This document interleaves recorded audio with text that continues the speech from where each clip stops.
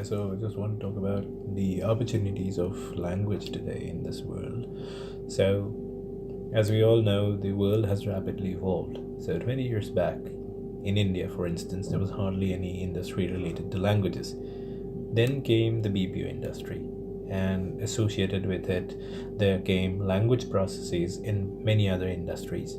They were, of course, all BPO in a way, but they were captive. So, for example, if an HSBC were running a process from one of its locations across the globe, but they were supporting that from India, so that would be effectively an internal, a captive BPO process, but it was not called as such. But the key factor in all such processes was, of course, the language. So there would be language processes depending on the breadth of the company. So if they were operating in France or in French speaking countries, or if they're bringing business from France, it would be a French process. If they were supporting, let's say, the German work, so for example, a Deutsche Bank with its hubs in Pune and Jaipur and Bangalore, right, would be supporting a German process. Those would not be depending on the spread of the process, because the spread of Deutsche Bank would mean it would be English, but for its core processes, which it would run in Germany, now they were running them out of India, or supporting them at least out of India, at least the backend bits.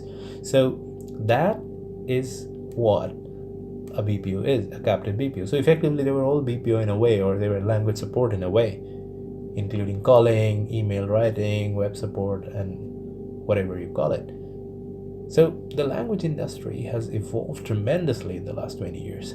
And the way I see it, because of the cost arbitrage, which still is a significant factor and probably the primary factor, there seems to be a lot of work that is going to come to India. I think there is a great probability of the work picking up in India tremendously, because they could always outsource it to other countries. But the stability that India provides, the educated working class that India can provide, is as a factor that can be, a significant factor.